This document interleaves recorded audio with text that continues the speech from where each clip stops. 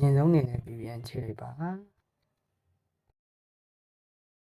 ကျွန်တော်ကတော့ Cloud Console ကိုအရင်ဆုံးဖွင့်လိုက်ပါတယ်ပုံဝင်မဲ့ Cloud AI ပုံဝင်မဲ့ Gmail account နဲ့ပဲ Cloud Console ကိုအရင်ဆုံးဖွင့်လိုက်ပါတယ်ဒီကကျွန်တော် Cloud Console ကိုဖွင့်ရတဲ့အကြောင်းအရာတော့ဒီကတော့ဒီနာမည်လေးလိုချင်လို့ပါဒီနာမည်လေးရပါပြီဆိုတော့နာမည်လေးကိုမှတ်ထားပါ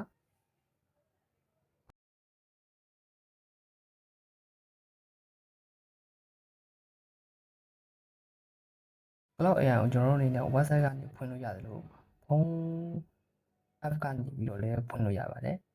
အဲ့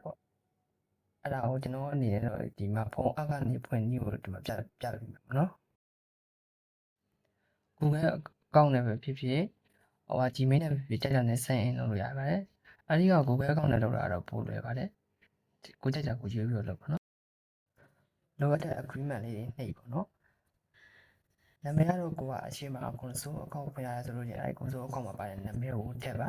ဒါလို့မဖွင့်တော့ကိုကဒီတိုင်းတိုင်းဖုန်းအကနေဖွင့်လိုက်တယ်ဆိုလို့ရှိရင်တော့ကိုတဲ့နာမည်ကိုထည့်လို့ရတယ်ပေါ့နော်တကယ်မွေးနေ့လို့ပါတော့ရွေးပြီးတော့တရားထည့်ပေါ့နော် WhatsApp ကနေဖွင့်လာလည်းပဲဒီတိုင်းပဲပေါ့နော်ကြိုက်တာနဲ့ဖွင့်ကြည့်ပေါ့ဖုန်းနံပါတ်ပေါ်လာမယ်ပေါ့နော်ဖုန်းနံပါတ်ပေါ်လာမယ်ဆိုလို့ရှိရင်ဒီအခြေအလန့်နဲ့မြန်မာနိုင်ငံကိုရွေးပြီးတော့ကိုထည့်မယ်ဖုန်းနံပါတ်ကိုထည့်လိုက်ပေါ့နော်WhatsApp ကနေဆိုလို့ရှိရင်တော့ national number ဆိုလို့ပါအဲ့ညမှာကိုရဲ့ plan 95ဆိုတာနဲ့ကိုထည့်မယ်ဖုန်းနံပါတ်ကိုထည့်ပြီးသွားလို့ရှိရင်အဲ့မှာ confirm ကို send verification အဲ့မှာ unsupported number ဆိုပြီးလို့ရှိပေါ်လာပြီဗျအဲ့လိုပေါ်လာပြီဆိုလို့ရှိရင် set ကိုပြန်ရှင်းလိုက်ပေါ့နော်ပြီးရင်ကျွန်တော်ဥပမာပေးထားတဲ့ link ကို copy ကို Chrome browser မှာထည့်လိုက်ပါထည့်ပြီးသွားလို့ရှိရင်ဒီမှာထည့်ထားတဲ့ email တွေဖုန်းနံပါတ်တွေ name တွေကိုဒီမှာပြန်ပြီးတော့ထည့်လိုက်ပါထည့်ပြီးသွားလို့ရှိရင်ပေးပို့ရင်ဆိုတော့လည်းပြီးပို့လိုက်ပါပို့ပြီးသွားလို့ရှိရင်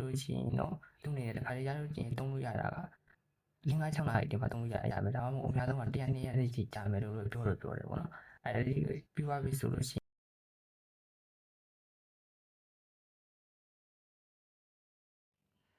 များသောအားဖြင့်တော့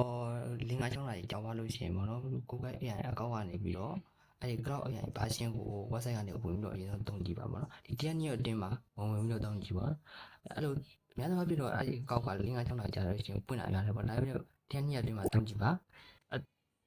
ပွင့်သွားတာများတယ်ပေါ့နော်အားလေးတော့လည်းမပွင့်တာတော့ရှိတတ်ပါတယ်များသောအားဖြင့်ပွင့်ပါတယ်အရင်ဆုံးစိုင်းပြီးတော့သုံးကြည့်ပါလို့ဒီနည်းလေးကိုပြောပြချင်ပါတယ်